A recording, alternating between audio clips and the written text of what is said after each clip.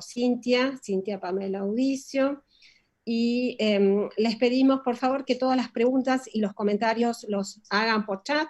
El chat está habilitado, y luego de que las tres terminen de exponer, se va a dar respuesta y va a exponer sus comentarios Carolina, y luego vamos a dar respuesta a las preguntas. Bueno, la verdad que, bueno, muchas gracias a todos, y bueno, las dejo con Cintia ya entonces. Bueno, buenas tardes, espero que se vea, que estén todos viendo, ¿no? Díganme a las que veo, genial, buenísimo, buenísimo. Yo voy a esconderlas un poco. Bien. Bueno, este es el título de mi tesis, que está centrada en la contribución del entorno lingüístico temprano a la adquisición de la transitividad, y lo que analizo son, pistas en el input en dos entornos, un entorno monolingüe español y un entorno bilingüe como español. Mi directora es Paola Acuña, que está por acá, y me codirige Celia Rosenberg. Bueno, ahí va. Bueno, hoy me voy a centrar en dos cosas, en dos aspectos puntuales. Uno, el sistema pronominal del español, de nuestra variedad español, el español rioplatense, y en la morfología, aumento y reducción de la valencia verbal en común. Bien, la pregunta.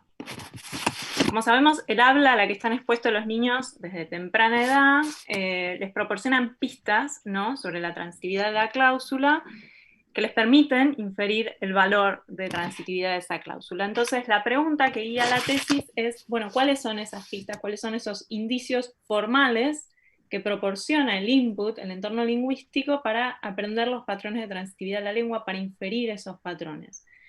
Entonces, lo que voy a hacer es analizar esas pistas, esos indicios formales en dos entornos. Un entorno monolingüe español, un entorno bilingüe español, y analizando sobre todo dos tipos de pistas o indicios: los sintácticos, vamos a ver que son, pueden ser la cantidad de frases nominales que existen en la cláusula, o la posición de los argumentos en la cláusula, y también indicios de tipo morfológico, ya sean la presencia de ciertos afijos, por ejemplo, de transitividad, afijos de caso, bueno, distintos morfemas.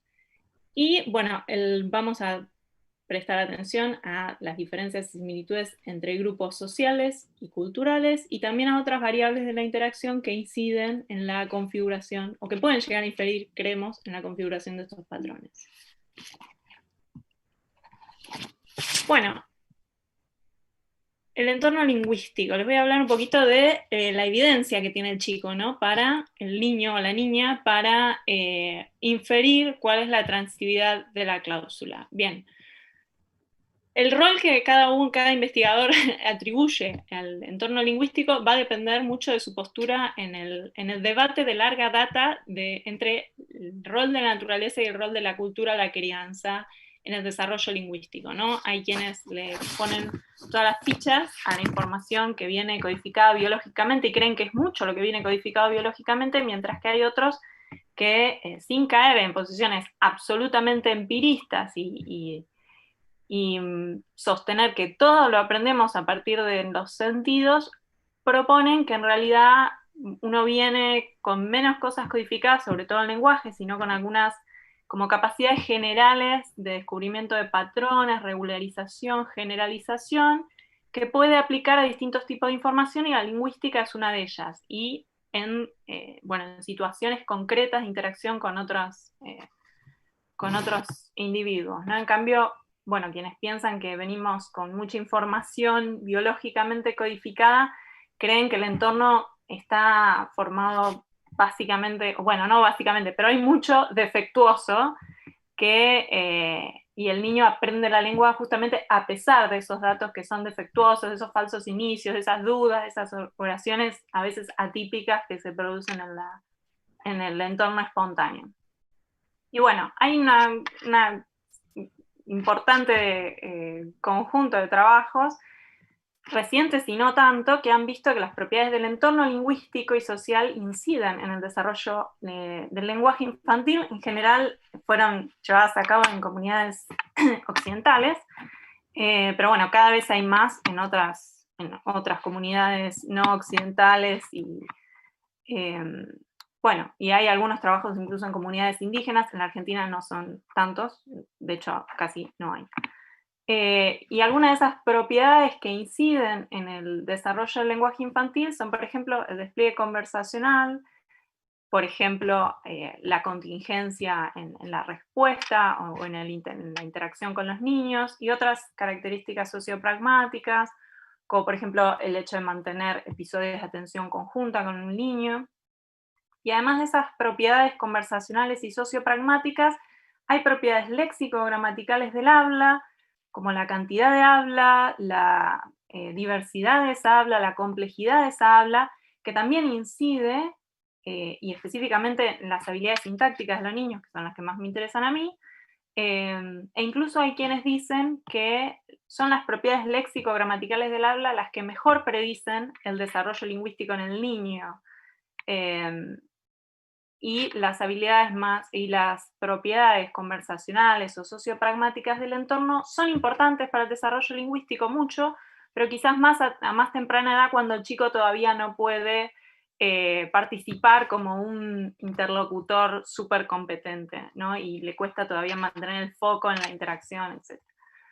Bueno, algo importante para tener en cuenta es que el habla en el entorno lingüístico no es para nada homogénea, el entorno lingüístico del hogar, ¿no? No es para nada homogénea, hay distintos registros.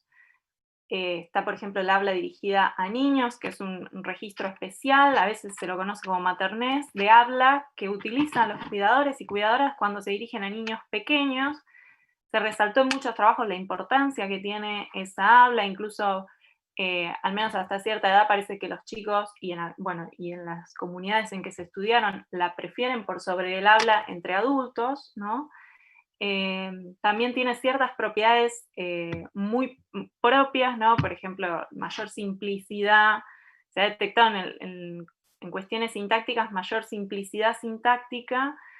Por ejemplo, hay un trabajo de Söderström que lo menciono especialmente porque habla de los pronombres y dice que en realidad no es que el habla dirigida a los niños es más simple, en términos de que tiene menos cláusulas o las frases son más simples, sino que tiene mayor presencia de pronombres. Entonces, bueno, eso acorta un poco el largo de la emisión, etc.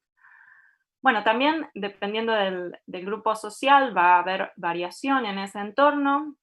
De hecho, hay muchos trabajos sobre las propiedades del entorno lingüístico en el hogar de distintos niveles socioeconómicos, y eso se ha visto que tiene mucho poder predictivo también en la producción infantil y en la comprensión también. Y bueno, y también variación cultural, ¿no? De hecho, hay culturas en las que no se sabe si existe un registro de habla dirigida al niño con las mismas propiedades con las que se documentó en las comunidades occidentales, ¿no? Que son las que más estudiadas. Y bueno, y también está la variación del entorno por la presencia de lenguas, ¿no? El entorno monolingüe es bastante más simple que el entorno bilingüe, que puede tener una complejidad de situaciones muy diversa, ¿no? Que cada padre hable una lengua, que ambos hablen ambas, con distintos grados de mezcla, digamos, es muy diversa la situación de los hogares bilingües, que son uno de los entornos que nos interesan. Bueno, la transitividad, que es el fenómeno que tenemos que aprender, o bueno, que el niño tiene que aprender, que a mí me interesa, constituye un patrón de la valencia verbal, no es un esquema, es una construcción que está referida justamente a los requerimientos en materia de argumentos que tiene el verbo, ¿no? Es una construcción de gran nivel de abstracción, es decir, dos construcciones transitivas pueden no compartir ninguno de sus elementos y sin embargo ser instancias de la misma construcción transitiva, es decir, tiene mucho nivel de abstracción. Para llegar a ella hay un largo camino, pero como ejemplo, y según la definición más tradicional de transitividad, que hace referencia a que la construcción transitiva es una construcción donde hay un pasaje de la acción entre un agente y un paciente afectado, y hay dos participantes, uno en función de sujeto y otro en función de objeto, como en este ejemplo que es súper simple, ¿no? El pasaje de la acción sería desde la vaca hasta el pasto, que termina destruido, es decir, hay un componente de afectación muy fuerte, y en las cláusulas transitivas tienen un solo argumento, no hay un pasaje de la acción, y ese argumento, bueno, posición de sujeto. Por ejemplo, el pájaro está cantando. Es una noción, la de transitividad, bueno, igual esa noción es como súper clásica, después va a haber como reformulaciones, se piensa como en términos más graduales, no tan categórico, no es que hay cláusulas transitivas e intransitivas, sino que hay todo un haz de parámetros que influyen en la definición. Bueno, no es tan sencillo la cuestión. Y bueno, y es una noción de interfaz porque es una definición formal, ¿no? Es una configuración formal que tiene un correlato semántico típico, que es la construcción transitiva en general, expresa eventos causales donde un agente actúa sobre un paciente, y además también tiene correlatos pragmáticos. Por ejemplo, la construcción transitiva suele codificar la información más relevante, la que hace avanzar la acción en el discurso, ¿no? Y es una noción central en las lenguas del mundo. En todas las gramáticas de todas las lenguas se va a hacer referencia a esta construcción, y además es muy variable la codificación, es decir, las distintas lenguas van a apelar a distintos mecanismos, a veces sintácticos, a veces morfológicos, para codificarla.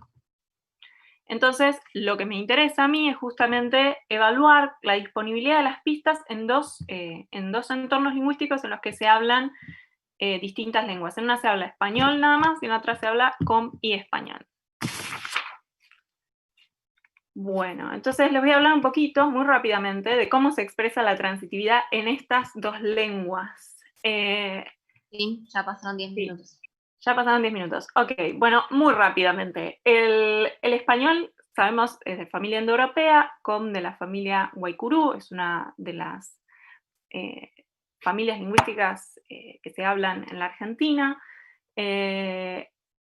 Bueno, quizás esto lo podemos pasar rápido, pero lo interesante de acá es, en realidad solamente lo que me voy a centrar hoy, que es que, por ejemplo, el español tiene un sistema, en el sistema pronominal del español se presentan oposiciones por caso que son interesantes como pistas de la transitividad, mientras que el com, que es una lengua con mayores recursos morfológicos, presenta algunos sufijos en el verbo de modificación de la valencia verbal, entre ellos sufijos que permiten incorporar agregar argumentos a la cláusula. No incorporar, agregar, sumar. Bueno, ya se saben cosas de la adquisición de la transitividad, no es que no, hay muchos estudios y distintas hipótesis. Por ejemplo, están las hipótesis que yo le llamo el trampolín, serían el bootstrapping, y en este conjunto de teorías presuponen que el chico viene con algún conocimiento innato sobre un componente de la gramática que le sirve de puntapié para adquirir el conocimiento de otro componente de la gramática. Por eso le puse trampolín, por esta idea de no saltar de un lado al otro. Hay quienes piensan que la información con la que parte el chico, o de la que parte el chico, es información de naturaleza semántica y le permite llegar a información sintáctica. Por ejemplo, ver la frecuentación de un evento le permite, por medio de reglas de vinculación innatas, saber cómo se codifica ese evento en la lengua, ¿no? Si yo veo un evento, no sé, de comida, puedo ver que la comida, lo que se está ingiriendo, sería el objeto, y el agente, el que está ingiriendo la comida, el sujeto, ¿no? Y después están las teorías de trampolín sintáctico, donde el camino es al revés, ¿no? El chico escucha la estructura y de allí llega luego a la información semántica de los roles involucrados, etc.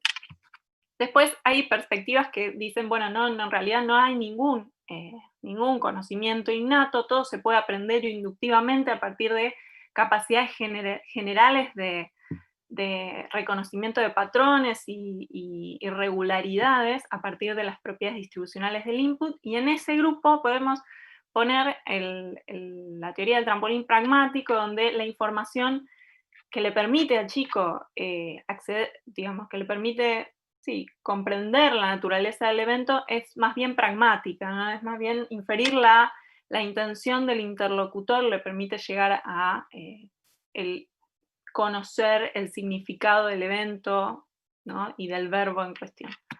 Bueno, todo esto es muy abstracto, así dicho tan rápido, pero bueno, la perspectiva o el modelo en que se encuadra mi investigación es el modelo de la competencia-competición, que es un modelo que va de la mano con la perspectiva que les mencioné antes, experiencial o basada en el uso, y con perspectivas funcionalistas del lenguaje, ¿no? Donde el lenguaje se ve como medio formal para fines comunicativos, ¿no? Entonces es muy importante, en el tercero de los puntos lo digo, es muy importante los tipos de emparejamiento que sea entre la forma del lenguaje y la función que me permite cumplir, ¿no? Entonces se estudian distintos tipos de emparejamiento, por ejemplo, emparejamientos de forma y función, donde, por ejemplo, la forma sería, por ejemplo, la posición preverbal y la función, una función de agente, que en ciertos lenguajes, como el inglés, es un emparejamiento que está muy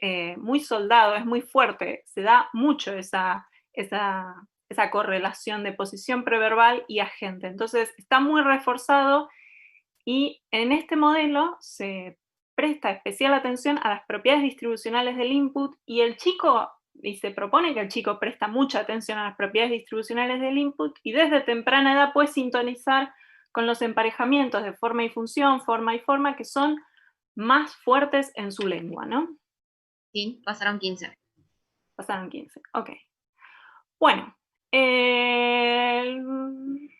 muy rápidamente, en mi tesis analizo un subconjunto de los datos de un corpus mayor, analizo el input a 20 chicos monolingües español y el input a 4 nenes de Pampa del Indio que son bilingües con español. Ahí tienen las edades y un montón de información útil. Bueno, el diseño es transversal, queremos comparar grupos sociales y culturales. Para cada niño tomamos 100 cláusulas representativas en términos del registro, ¿no? Digamos que sean, bueno, no, en realidad no voy a andar en eso, y también representativas en términos de la frecuencia. En total analizamos 2.400 cláusulas, que es un recorte, pero es bastante porque tenemos que hacer mucha codificación manual, porque los anotadores automáticos no son como geniales, entonces queríamos estar más seguros de cómo era de que estábamos anotando efectivamente bien. Y bueno, anotamos distintas cosas que son pistas para la transitividad, ¿no? La cantidad de elementos o frases nominales, cómo se realizan los argumentos nucleares en la cláusula, el orden, el marco sintáctico, etc.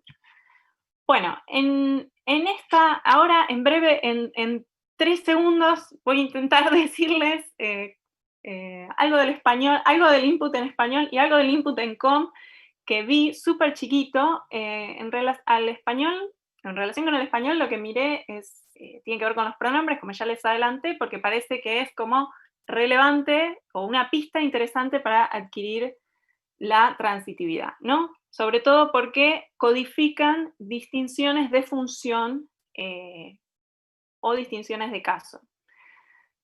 Y ahí les cito un trabajo que se hizo en inglés, que lo pueden ir a mirar, muy interesante, muy lindo. Y en com voy a mirar algunos morfemas de aumento o disminución de la valencia, que también son pistas para el niño, para saber si la cláusula es transitiva o no. Bueno, el sistema pronominal del español rioplatense lo resumí en esta tablita. Es interesante porque tiene distintas, digamos, los pronombres cambian su forma según la función que cumplen. Por ejemplo, nosotros hacemos una oración como la tía va a llevar la torta, la podemos decir solamente usando pronombres, ella la va a llevar. Y si bien ella y la ambos son pronombres de tercera singular, ella tiene una forma distinta porque está en posición de sujeto y la tiene una forma distinta porque está en posición de objeto directo. Entonces son pistas para el chico. Ver un pronombre en función de objeto directo le puede despertar la idea de que es una cláusula transitiva. Lo que yo quería mirar era ver, primero, qué tanto ocurrían los pronombres en cada una de estas funciones, porque como vemos en la tabla, hay algunos pronombres, por ejemplo, miremos el de primera o miremos el de segunda, que tienen la misma forma, son isomórficos para varias funciones, y algunas de ellas son, digamos, pueden ocurrir tanto en oraciones transitivas como intransitivas. Entonces, quería que es la pista de las oposiciones por caso del sistema pronominal. Bueno, un montón de cosas para decir sobre esto, pero lo voy a hacer muy rápido. Acá se ve que cada una de estas formas, ¿no? Esto del 1 al 6, tenemos distintos usos, de menos a más gramaticalizados de los pronombres, y vemos que estos pronombres están en cláusulas transitivas, algunos solo en cláusulas transitivas, otros en cláusulas transitivas e intransitivas, etc. Si no son, depende de cómo se distribuyan en el input, van a ser buenas o malas pistas de transitividad. Bueno, y se distribuyen así. En este cuadrito van a ver en el eje X las distintas formas pronominales, en el eje Y la frecuencia. Tenía unos datos para decirles la frecuencia en general. Espérenme, ya sé que estoy repasada. Pero bueno, aproximadamente 34% de las cláusulas que analizamos tenían pronombres. Vean que no es que cada barrita tiene un solo color, sino que las formas pronominales tienen distintas funciones. Por ejemplo, la forma me no siempre ocurre en cláusulas transitivas, si bien es lo que uno primero podría pensar, sino que en un porcentaje importante, el 61%, por ejemplo, está en cláusulas transitivas, pero con función de dativo, o sea, codifica al participante que recibe, o el participante receptor o meta en un evento de transferencia. Entonces, muy rápido, porque ya sé que no tengo tiempo, pero digamos que no es tan lineal la relación entre un pronombre que uno pensaría que siempre es una buena señal de acusativo, o sea, de una cláusula transitiva, para la adquisición de la transitividad, ¿no? Lo mismo pasa con T, algo muy parecido.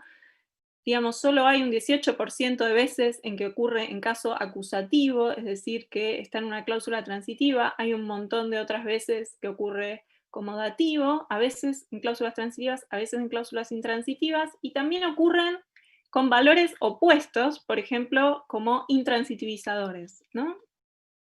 En cambio, en la tercera persona me parece que como pista es más válida, porque primero las formas están desdobladas según la función, ¿no? Para la tercera persona usamos, cuando es acusativo solo usamos lo, la, cuando es un dativo usamos le, y para funciones impersonales, otras funciones usamos otra forma. Entonces ese desdoblar de formas puede hacer que sea como pista más válida, además ocurre muchas veces como acusativo, entonces como pista de transitividad puede servir más que los otros.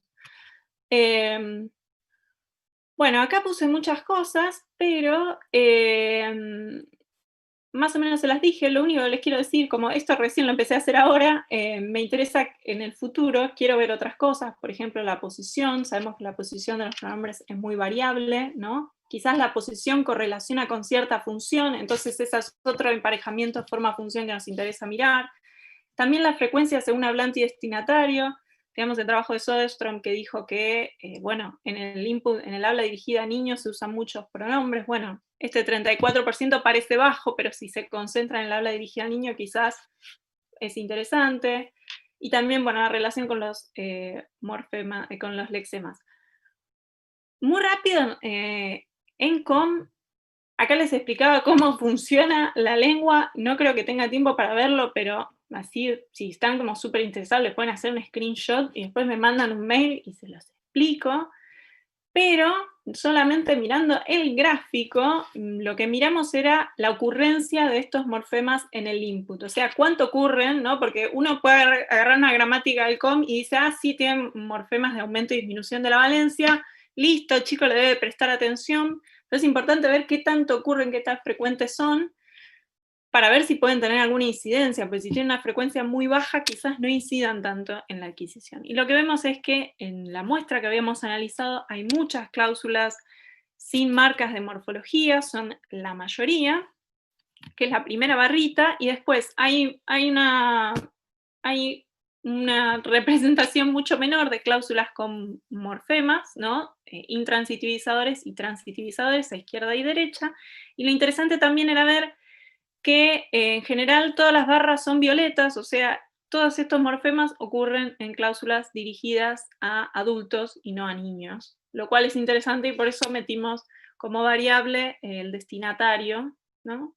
Porque es interesante ver cómo se distribuyen esas variables en el input. Bueno, y acá también hay un montón de cosas. Me quedo con la cuestión de que no son tan frecuentes detectamos una frecuencia no altísima en el habla espontánea. Igualmente hay otras lenguas en que estos morfemas no eran como súper frecuentes, e igual los chicos les prestaban atención porque, como dice el modelo de la competición, una pista que no sea tan frecuente pero que sea consistente puede ser importante en el desarrollo lingüístico. Y también les quiero decir de acá, a ver qué más.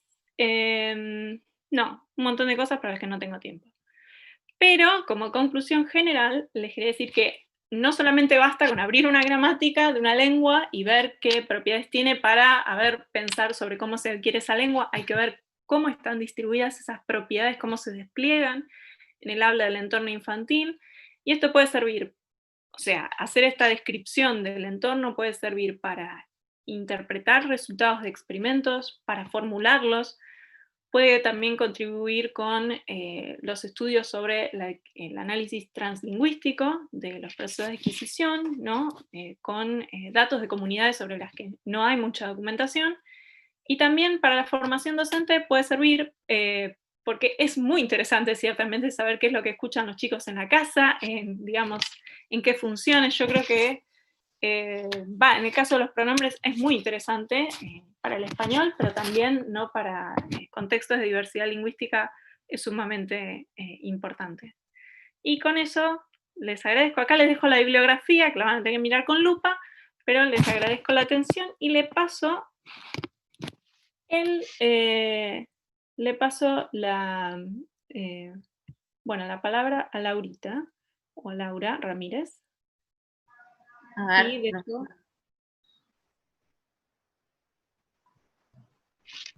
ahí comparto pantalla, un segundo.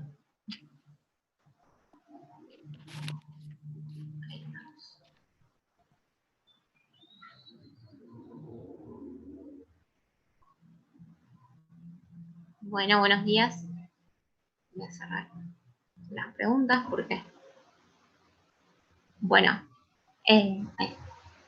como ya dijo Cintia, mi nombre es Laura Ramírez. Voy a estar presentando hoy un poco mi proyecto de doctorado y un par de avances que hemos tenido. Mientras se carga, comento que estoy realizando este proyecto con beca doctoral de CONICET en el CIFMEC, bajo la dirección de Celia Rosenberg y Adriana Wessler, que están las dos presentes virtualmente. Así que bueno, el título del proyecto es La función pragmática del aula dirigida a bebés y niños pequeños de distintos grupos sociales de Buenos Aires. Entiendo que se está escuchando, pero sí, decime vos si se escucha.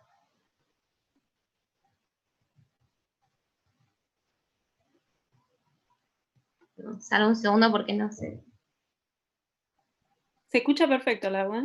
Perfecto, perdón. Me entró pánico de estar hablando sola y que...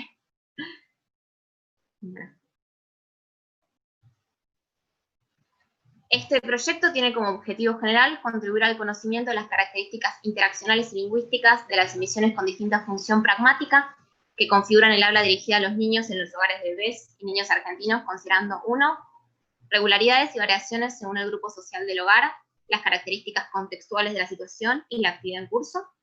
Y 2. La relación entre la proporción de emisiones con distinta función pragmática a la que los niños se encuentran expuestos tempranamente y su producción lingüística a los 6 años.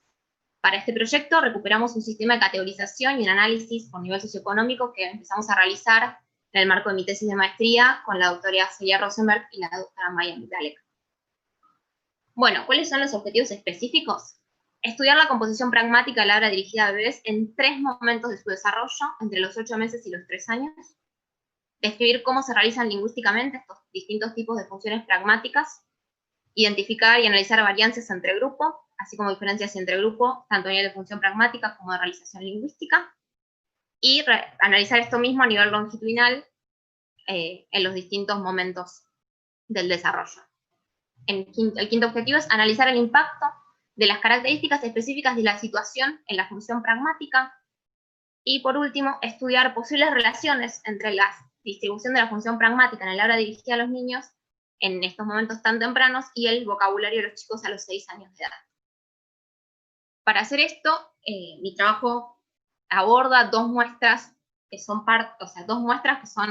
tomadas del corpus El entorno lingüístico de niños pequeños argentinos, que es un corpus que fue conformado por la doctora Celia Rosenberg, Florencia Lam, Alejandra Stein, Maya Migdalek, Alejandra Menti y Laís Ojeda.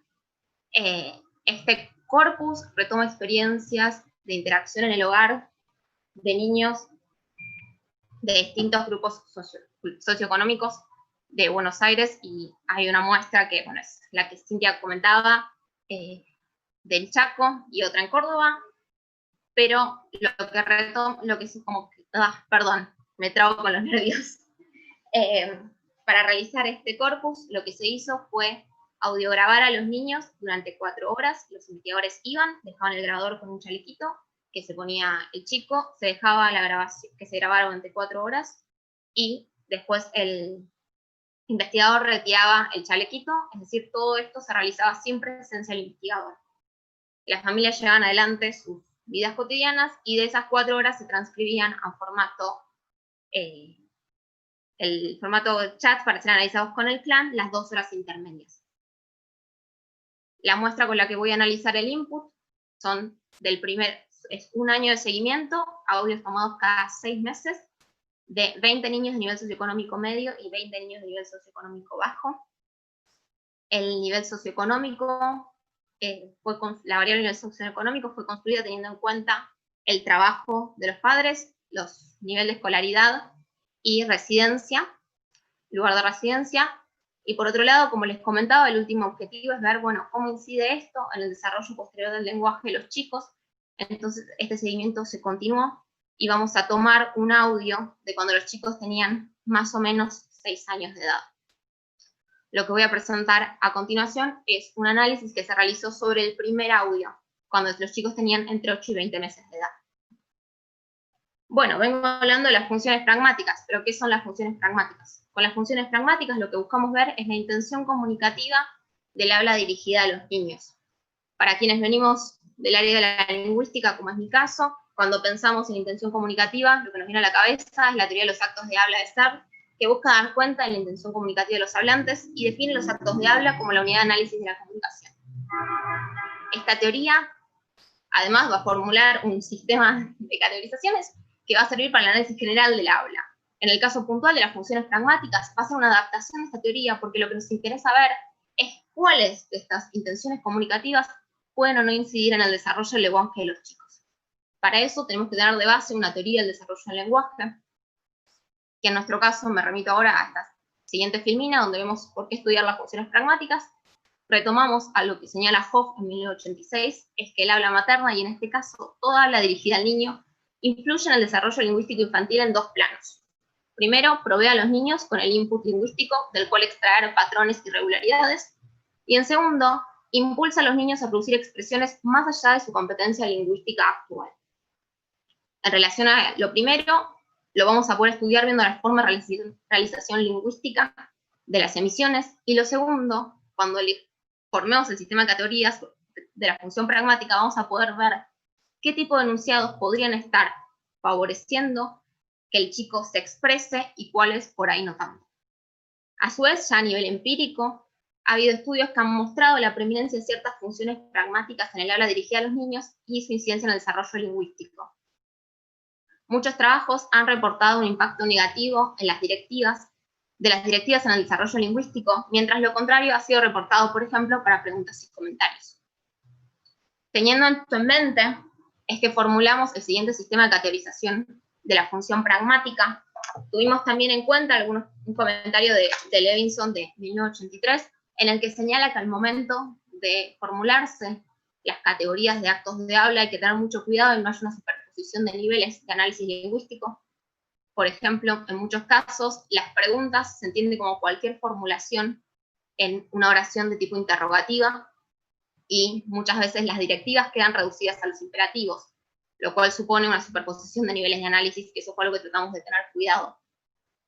Este sistema de categorización fue adaptado teniendo en cuenta las propuestas de Snow de 1976 y de Jackson, Maldonado, Peña y Agara de 2011, y se divide entre pedidos de acción, que son enunciados orientados a direccionar el comportamiento o la atención de los chicos, que subdividimos en acción o atención, pedidos de respuesta verbal, que están orientados a obtener una respuesta verbal por parte del niño, que puede ser específica o no específica, según si ya se encuentra detallado qué es lo que se espera que el chico diga. En este sentido, cuando se explicita, por ejemplo, decí mamá, decí papá. Después, los comentarios son emisiones que no esperan una respuesta verbal por parte del chico, y cuya función es brindar información o retroalimentación, y pueden ser contextuales, si las acciones o objetos que estaban siendo mencionados estaban presentes en el momento de la enunciación, o desplazados cuando no lo estaban.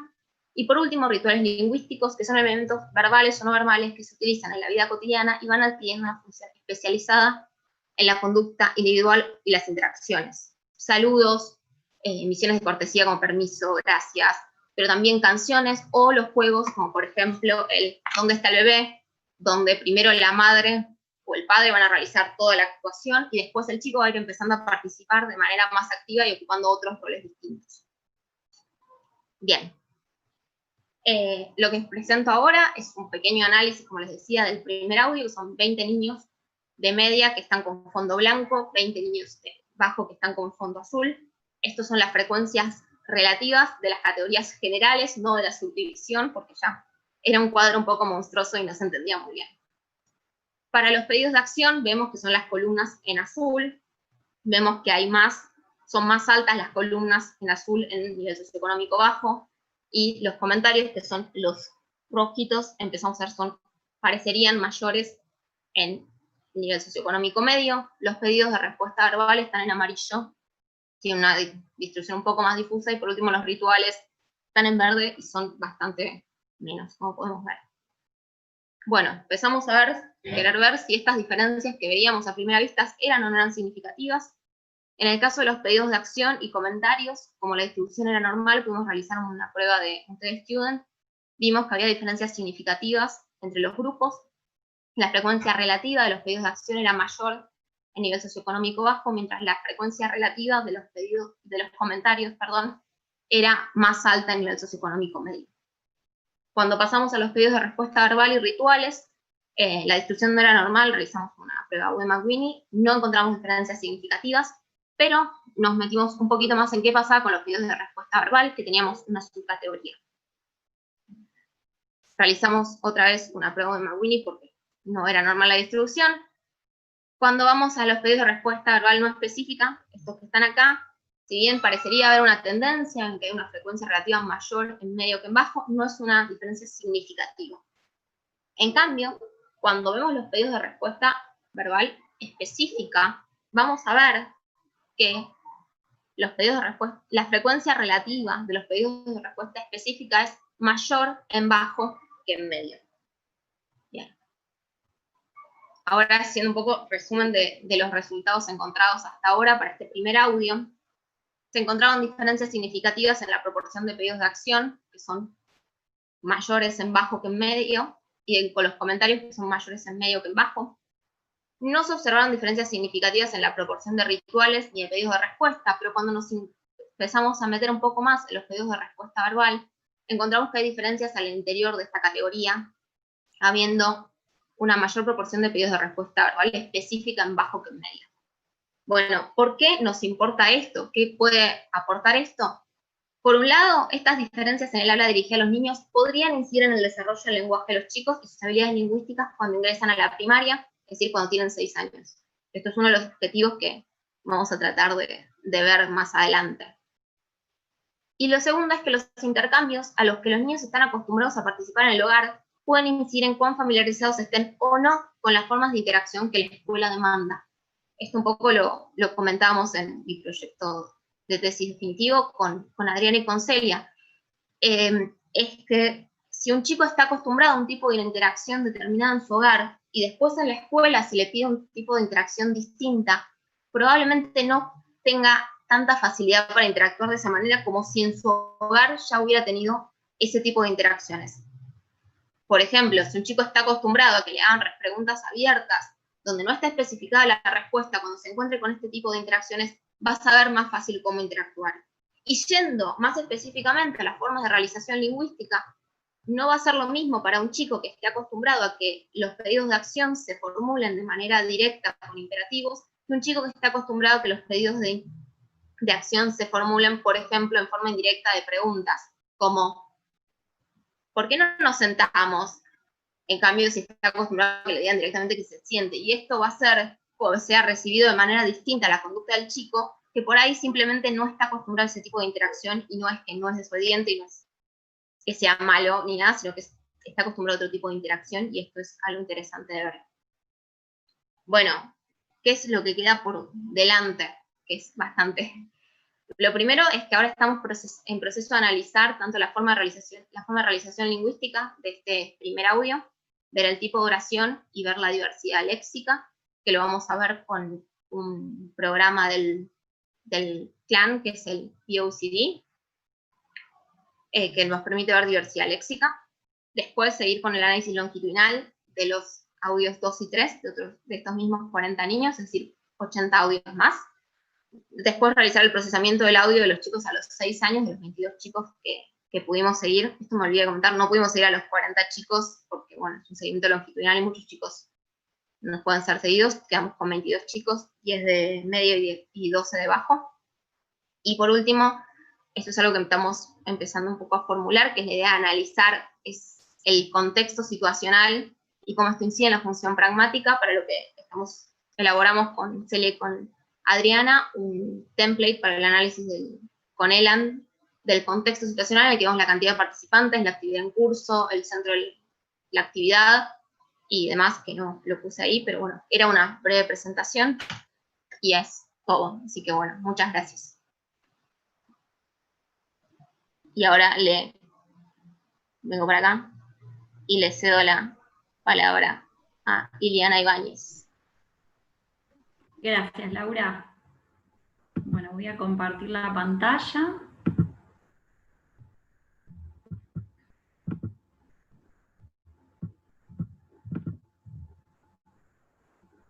¿Ahí se ve, chicas?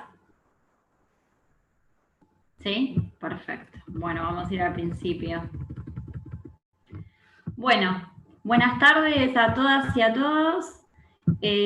Voy a presentar mi proyecto de beca de doctorado, que se titula El entorno lingüístico en la educación inicial, un estudio con niños de 1 a 3 años de distintos grupos sociales.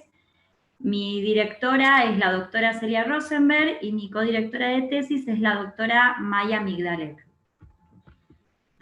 ¿Cuáles son los objetivos de este proyecto? Bueno, en primer lugar, buscamos analizar los entornos lingüísticos e interaccionales de jardines maternales e infantes, o sea, salas de 1, 2 y 3 años, que reciben niños de distintos grupos sociales, ponderando diferencias y similitudes con los entornos lingüísticos en los hogares.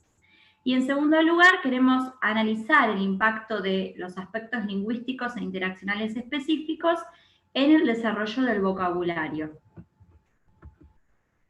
Entonces, bueno, podemos preguntarnos por qué es relevante atender al entorno lingüístico en el jardín maternal y la sala de 3 años. En primer lugar, porque hay una gran cantidad de evidencia del impacto del input lingüístico en el hogar sobre el desarrollo lingüístico infantil, pero son mucho más escasos los trabajos que contemplaron las características del lenguaje y de la interacción a los que los niños se hayan expuestos en las salas de jardín maternal y la sala de 3 años.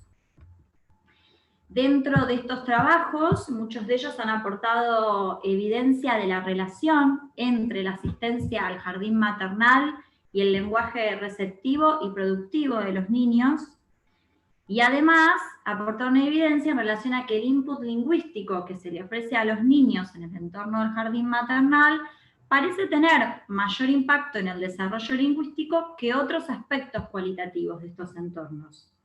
Y particularmente en nuestro país, en la última década se ha incrementado la oferta de servicios educativos para niños menores a 3 años de edad, sobre todo, o al menos en centros urbanos, como la Ciudad Autónoma de Buenos Aires, que es el espacio en el que se centra este proyecto. Entonces, teniendo en cuenta estos objetivos, ¿cómo se desarrolla la metodología del proyecto? Bueno, el proyecto implica seguir longitudinalmente a 2 grupos de niños desde que comienzan la sala de 1 año hasta que terminan la sala de 3 años. Uno de los jardines de infantes recibe niños que viven en poblaciones urbano marginadas y el otro niños de sectores medios que viven en zonas residenciales de la ciudad de Buenos Aires. Como ustedes verán, en esa pequeña línea del tiempo que esbocé en la presentación, nosotros para este año 2020 teníamos pensado, bueno, iniciar con la toma de datos en la sala de 1 año. Ya habíamos, durante el año pasado habíamos contactado, nos habíamos puesto en contacto con diversos colegios, ya contábamos con la participación de 2 jardines que respondían a las características que aquí les acabo de mencionar, pero bueno, por la situación de público conocimiento, la toma de datos se ha suspendido. Y bueno, principalmente teniendo en cuenta el contexto escolar, para el momento en que se reanuden las clases y los tiempos que implican la beca, iremos reformulando o adaptando este proyecto inicial de acuerdo a, bueno, como les decía, con las situaciones o características con las que nos vayamos encontrando. Algunas cosas más que quiero contarles de la metodología. Al interior de cada uno de estos 3 años, el proyecto tiene diversos momentos, diversas formas de obtener datos. Por un lado, en cada año escolar se prevé una evaluación del vocabulario infantil a través de 3 pruebas que se dan al inicio, se tomarían al inicio del año escolar y al final del año escolar. Esas pruebas de vocabulario son, en primer lugar, sobre todo para la sala de 1 año, el CDI, el Inventario de Desarrollo de Habilidades Comunicativas. Después, a partir de la sala de 2, sumamos una prueba directa de comprensión de vocabulario, y después, al comienzo y al final de la sala de 3, evaluar también con una prueba de vocabulario productivo. Después, durante todo el año escolar, está lo que llamamos los registros mensuales, que implican 2 formas de registrar las situaciones que se dan al interior de las salas. En primer lugar, videofilmaciones de toda la interacción multimodal desde la perspectiva de un observador externo. Y en segundo lugar, hacer grabaciones mediante un grabador de audio, que como contó mi compañera recién María Laura Ramírez, implica el uso de ese mismo chalequito, que tiene un bolsillito, ese chaleco se coloca encima de la ropa, y lo que permite es captar el lenguaje desde la perspectiva del niño. Entonces, en el habla que los niños escuchan de la maestra y de sus pares, entonces pretendemos analizar la cantidad y el tipo de vocabulario, la participación en intercambios con la maestra y con los otros niños, y la contingencia de los intercambios, o sea, el grado en el que se retoman palabras y a la vez se expanden las emisiones del interlocutor. Entonces, lo que les traigo para compartirles es un primer análisis, que es parte de mi tesis de maestría. Yo cursé una maestría en Psicología Cognitiva en la Universidad de Buenos Aires, también bajo una beca de la Universidad de Buenos Aires, y bajo la dirección de Celia Rosenberg. A este trabajo lo titulamos La configuración de los intercambios en el entorno lingüístico del jardín maternal. Y el objetivo es explorar en distintas actividades del jardín maternal la relación entre la configuración del intercambio conversacional, si la maestra le habla a todos los niños, a un grupo pequeño o a un solo niño o niña, y ciertas características cuantitativas y cualitativas del habla de las maestras. En este caso, el volumen de habla, la diversidad léxica y la contingencia de sus respuestas. Entonces, la metodología de este trabajo.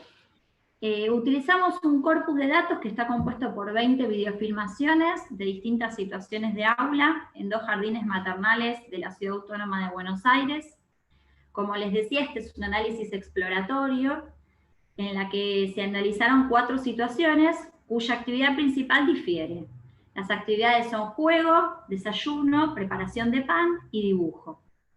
Los participantes de este estudio son 2 salas de 2 años. Las salas estaban compuestas por entre 13 y 15 niños de poblaciones urbano-marginadas de la Ciudad de Buenos Aires y 2 maestras, una maestra a cargo y una auxiliar.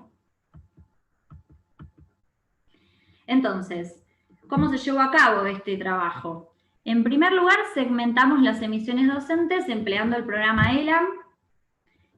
Las transcripciones se realizaron en formato chat, y entonces en el ELAM se codificaron las emisiones de las docentes considerando si estaban dirigidas a un niño, a un grupo pequeño, que es entre 2 y 7 niños, o a un grupo grande, entre 8 niños y más.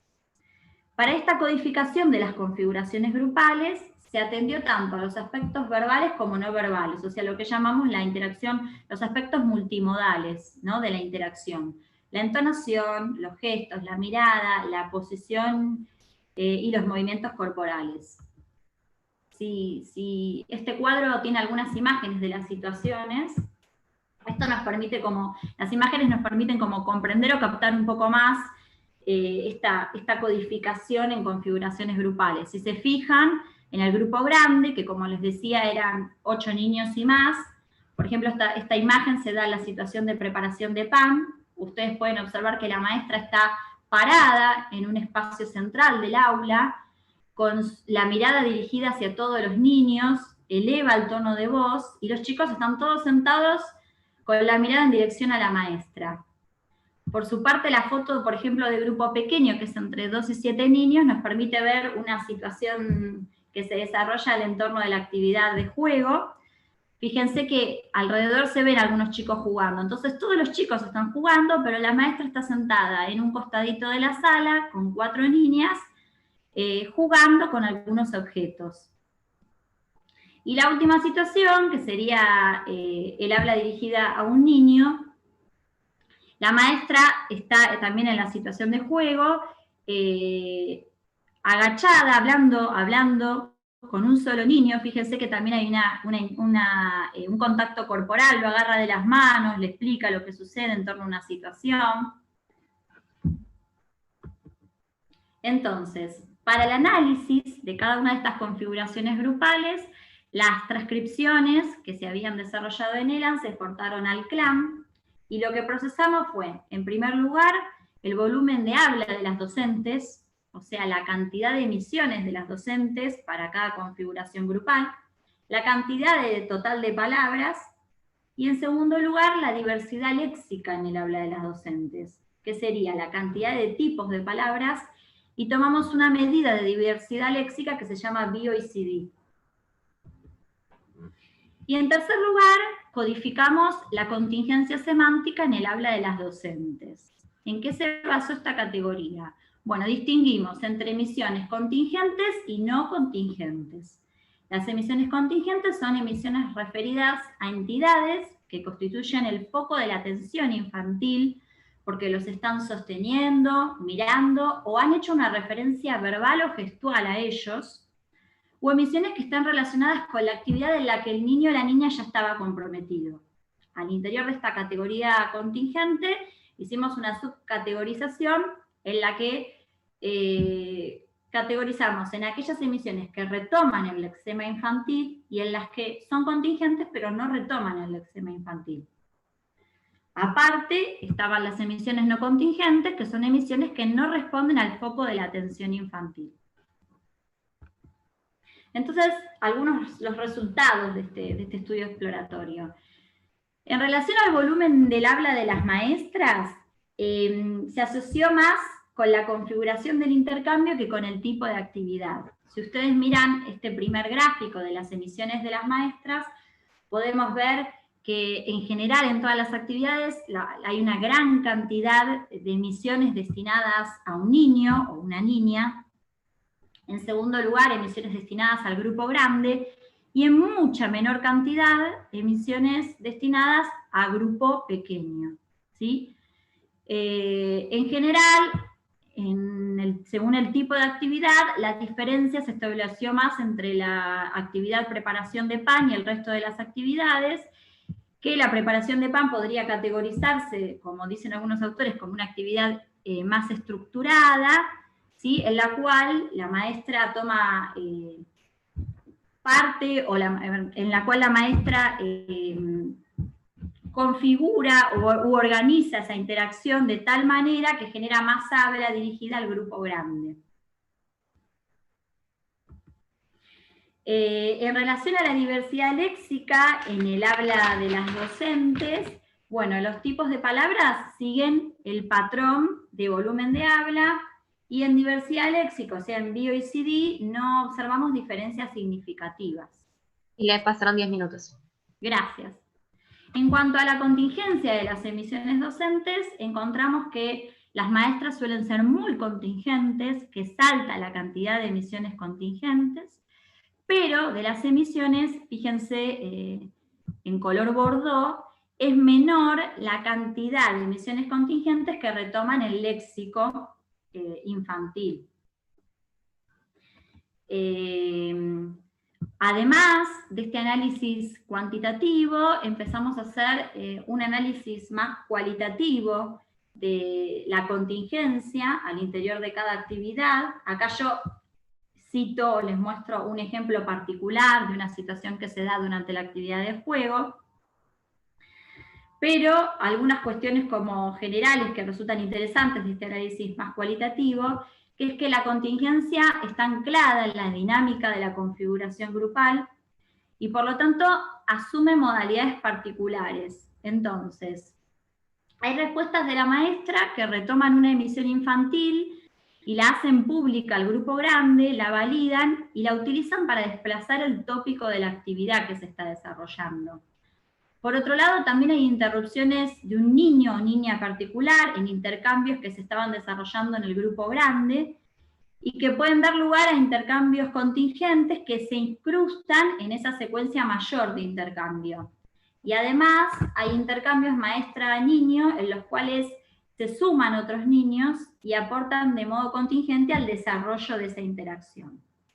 Entonces, bueno, finalmente, para cerrar, algunas líneas futuras de trabajo es sistematizar estas distintas modalidades de contingencia y ponderar el impacto de la actividad, de la configuración grupal y de la interacción entre ambas en las características del entorno lingüístico en un corpus mayor de datos. Bueno, muchas gracias.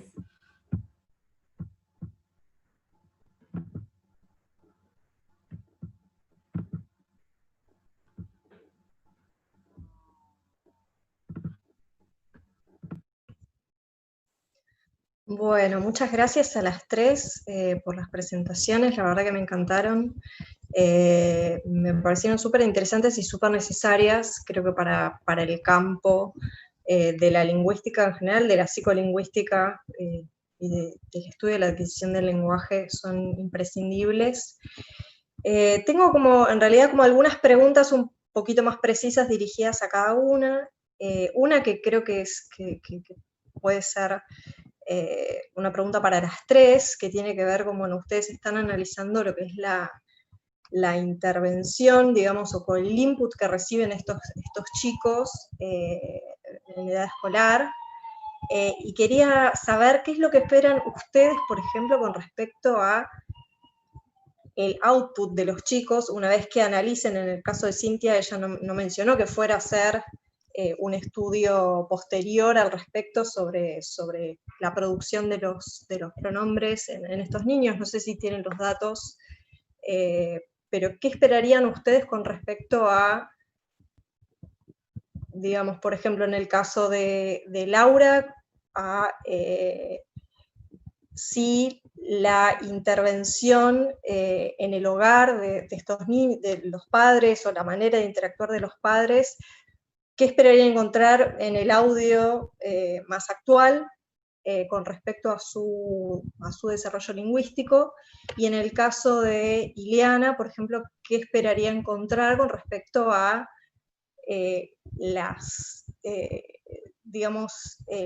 los actos de las mismas docentes en la escuela, ¿sí? ¿Cuáles serían más beneficiosos para estos niños, ¿no? Si la interacción en los grupos grandes o en los grupos pequeños. Esa es como una primera pregunta, no sé si quieren que me quieren responder ahora y después voy a las preguntas un poquito más precisas. Me parece mejor si responder ahora. ¿Sí? ¿Arrancas vos? Dale. Sí, yo en realidad cuando empecé con el doctorado no estaba muy avanzada la transcripción de la producción infantil. Entonces no había lugar para incorporarla al proyecto. Me hubiera encantado, y de hecho ahora está avanzada tal como para mirar lo que producen los chicos, pero bueno, en la formulación de la tesis no entra, es solamente análisis del input. Pero igualmente me parece que está bueno, y me parece que el análisis de la producción puede venir en el futuro, súper interesante ver, de acuerdo a lo que escuchan, qué producen. Lo que espero sobre lo que producen, sobre lo que puedan producir, bueno, en materia de pronombres en particular, aparentemente en otras lenguas, en el inglés, que es la más estudiada, los chicos producen muchos pronombres, aunque, bueno, en el inglés, por ejemplo, cae mucho el pronombre del sujeto, así que, bueno, no sé, se podría prever eso. También hay que tener en cuenta que la producción del chico no siempre es un reflejo, no siempre, y puede no serlo de hecho, de la comprensión. Entonces, bueno, quizás probablemente comprenda mucho más de lo que produzca, y igualmente estaría bueno ver qué tanto produce de acuerdo a lo que escucha, y ver si, por ejemplo, si se le dirige muchísimo de una forma o un tipo de pronombre y no lo está produciendo, por ejemplo, las formas más isomórficas, no sé, Dana mencionaba la cuestión del C, que tiene un montón de usos. Si no la produce, bueno, quizás todavía no llegó a descubrir cómo funciona. Quizás uno piensa que las formas que son como más regulares puede producirlas primero. La verdad que no tengo como predicciones súper específicas, pero estaría como re interesante ver lo que producen, y de hecho ahora se puede hacer, ¿no? Cuando yo empecé la tesis, porque los chicos no hablaban, eran muy chiquitos. Pero bueno, más o menos eso. Lau, no sé si quieres agregar. Bueno, en el caso puntual de la función pragmática y las formas de realización, la idea es verlo en los audios de los chicos a los 6 años, que los tomamos fines del año pasado, por suerte.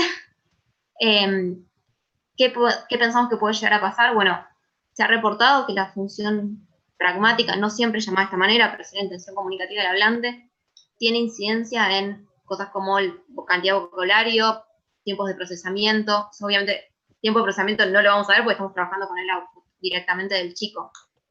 Puntualmente queríamos ver el largo medio, el MLU, y temas de vocabulario. Hasta ahora lo que dice la bibliografía es que lo que les marcaba ahí, los que son enunciados directivos supuestamente inciden negativamente en el desarrollo del vocabulario, y otros como las preguntas y los comentarios favorecen. En muchos de estos estudios hay un tema de superposición de niveles de análisis en los que las directivas son los imperativos, entonces habría que pensar qué pasa con eso, y por eso también la cuestión de buscar con el tipo de oración y la forma de realización lingüística para ver si lo que está incidiendo es efectivamente la función pragmática o no. Entonces, algo que esperamos ver es el peso en algún punto de la función pragmática por ahí las formas de realización. Entonces, en los chicos que tengan una frecuencia relativa más alta de pedidos de respuesta verbal, esperaríamos encontrar una mayor cantidad y diversidad de vocabulario que en quienes tienen una frecuencia relativa de enunciados más de tipo de pedido de acción, porque tendrían un menor fomentar la interacción con los chicos, interacción verbal con los chicos. Pero bueno, y también, bueno, queremos ver esa diferencia entre función pragmática y realización lingüística. No sé si contesté muy bien, pero es un poco eso. Sí. No, sí, esa era mi pregunta, que era, bueno, ¿cuál es el camino a seguir, ¿no? ¿Qué es lo que proyectan ustedes hacer en los próximos meses, años? Bueno, vos, Laura, ya tenés por lo menos todos los datos tomados, que eso está buenísimo. Después tengo algunas preguntas. Y vos, María Eliana, no sé si tenés alguna expectativa con respecto a los datos que ya tomaste de tu tesis de maestría, o qué es lo que viste. Bueno, como les dije, lo que yo presenté es como muy exploratorio, son pocos datos. Lamentablemente la situación de la pandemia no nos ha permitido avanzar en este sentido, pero sí estos pequeños datos nos muestran que, en primer lugar, en las salas, si tomamos el tema de las configuraciones grupales, está presente mucha habla dirigida a un solo niño, o sea que hay espacio para intercambios uno a uno, ¿sí? Que también son muchos los intercambios con grupos grandes, y por supuesto menores los intercambios con grupos pequeños. Pero lo interesante sería ver, bueno, y poder, que es un poco lo que intentamos empezar a hacer en este análisis como más cualitativo de estas situaciones de contingencia, poder empezar a ver cómo son esos intercambios maestra-niño, uno a uno o en los pequeños grupos, qué características tienen, si las maestras formulan, esto también es interesante en torno a lo que plantea Laura, preguntas, comentarios, directivas, y también en relación a esto de la contingencia, de retomar el léxico o no retomar el léxico, si las maestras toman lo que dice el niño, lo reformulan, ¿sí?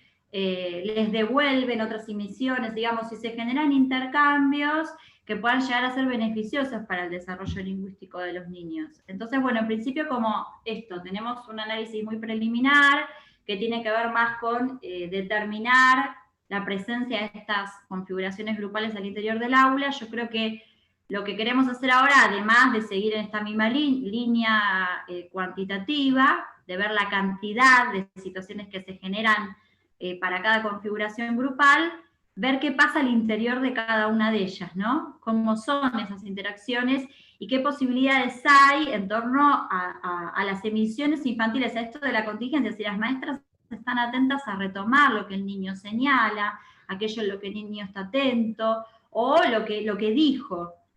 Yo creo que vamos por ese lado. Bien. En base a eso también te hago una pregunta que, digamos, cuando yo escuchaba tu presentación, me preguntaba si hay alguna manera, o sea, vos tomaste estos datos que ya tenés en escuelas sociomarginadas. Quería saber si hay alguna manera de rastrear, por ejemplo, si tienen los datos o si piensan recabar los datos acerca de las docentes, de dónde trabajan las docentes, porque quizás sería interesante ver si hay un input diferente de las docentes, y también teniendo en cuenta esto que marcaba Laura con respecto a los hogares, en la manera de hablarle a los niños de acuerdo al contexto socioeconómico desde el cual vienen. O sea, la verdad es que yo pienso que no debería haber, o al menos idealmente no debería haber diferencia, pero quizás sería interesante también ver eso, si de alguna manera el input que reciben también es diferente, o si de alguna manera la docente que trabaja en el nivel inicial en un contexto socioeconómico bajo solo lo hace en el nivel socioeconómico bajo, o también comparte la manera, digamos, su forma de educar en otro contexto socioeconómico. No sé, se me ocurre que quizás podría ser un dato interesante para que recaben. No sé si van a encontrar datos muy prometedores, pero también teniendo en cuenta lo que señalaba Laura con respecto a la diferencia que hay en la manera de dirigirse a los niños o de exigirles cosas a ellos, ¿no? Y también en base a eso, Laura, tenía una pregunta para vos, que era con respecto a por qué pensás que hay una diferencia en el pedido de respuestas específicas en los niños de nivel socioeconómico bajo. ¿Por qué pensás, o cómo podés explicar eso?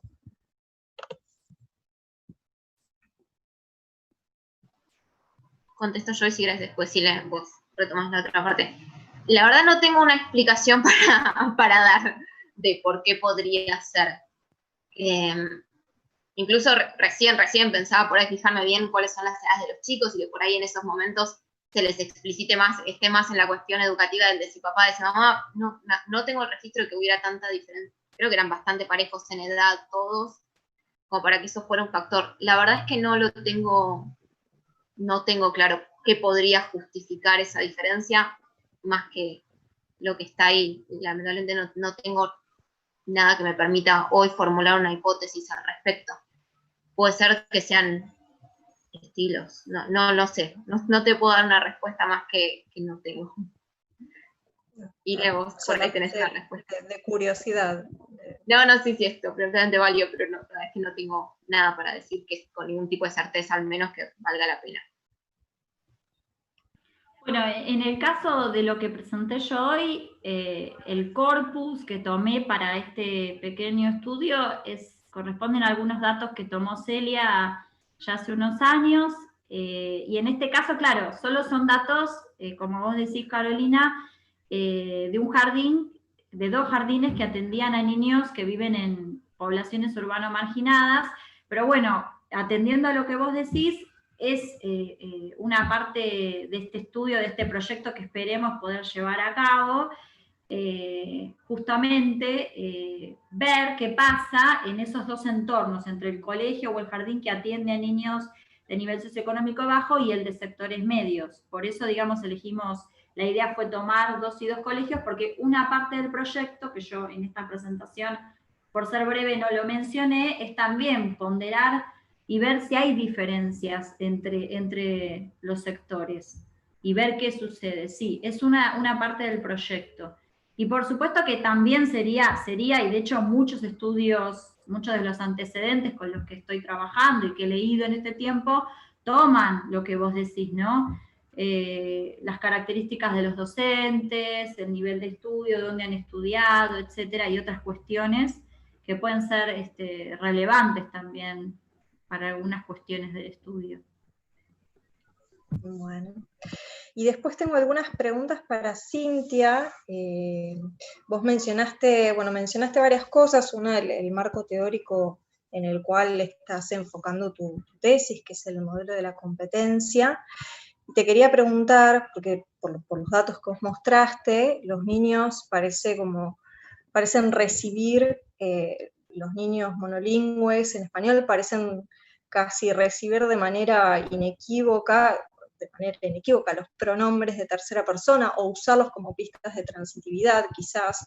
Entiendo que es una de las hipótesis que estás manejando, como que esos pronombres son quizás los más influyentes para que ellos adquieran la transitividad. Y en el caso de los niños bilingües de español com, el índice de tercera persona también parecería ser el más usado, ¿no? No sé si es correcto lo que estoy diciendo. Sí, es verdad, los índices de tercera aparecen mucho y son los únicos igual que hacen una distinción de transitividad. Los de primera y segunda, no. Así que es bueno que aparezcan mucho porque son los que hacen la diferencia.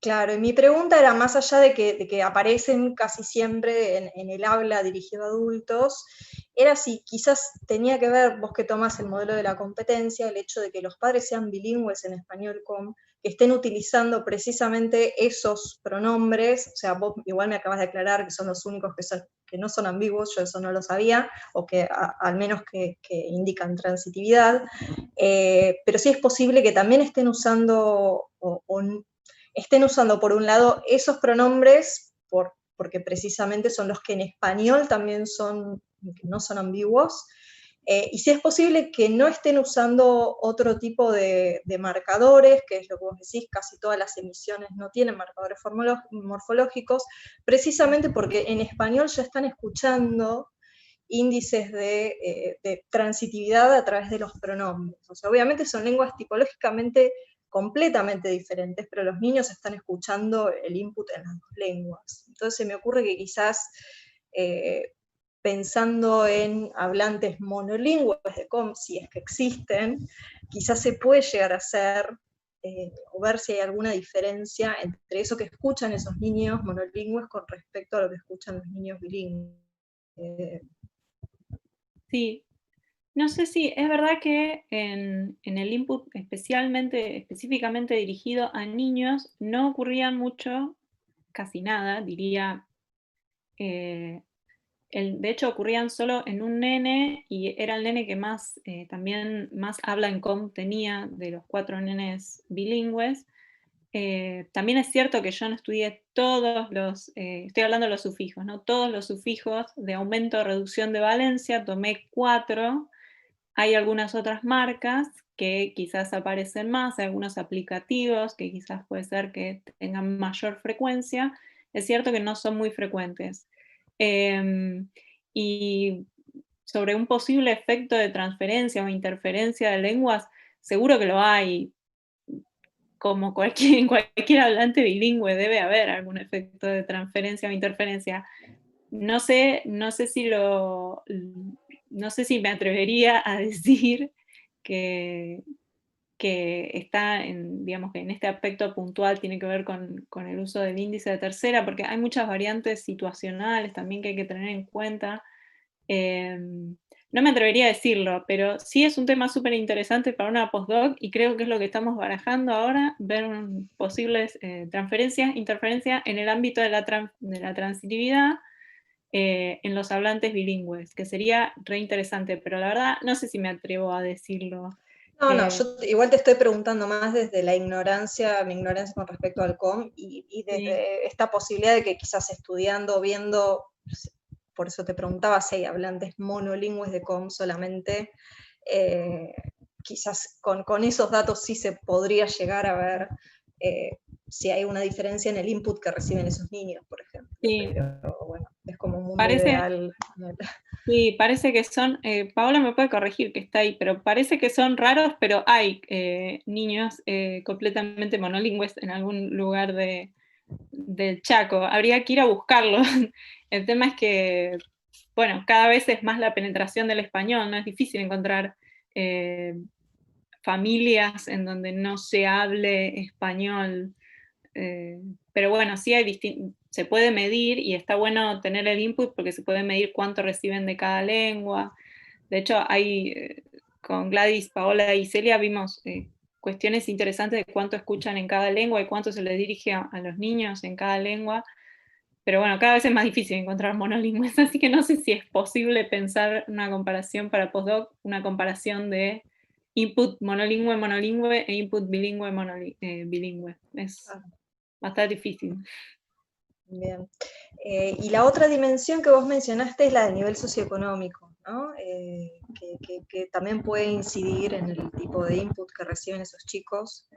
Y bueno, me preguntaba acerca de, calculo que debe haber grandes diferencias entre el nivel socioeconómico medido para los niños monolingües de español y los niños bilingües, y si ustedes tienen alguna manera de deslindarlo o alguna medida que pueda llegar a ser válida para los dos grupos, ¿no? Más allá del nivel de educación de los padres, no sé, como se me ocurren necesidades básicas satisfechas, insatisfechas, o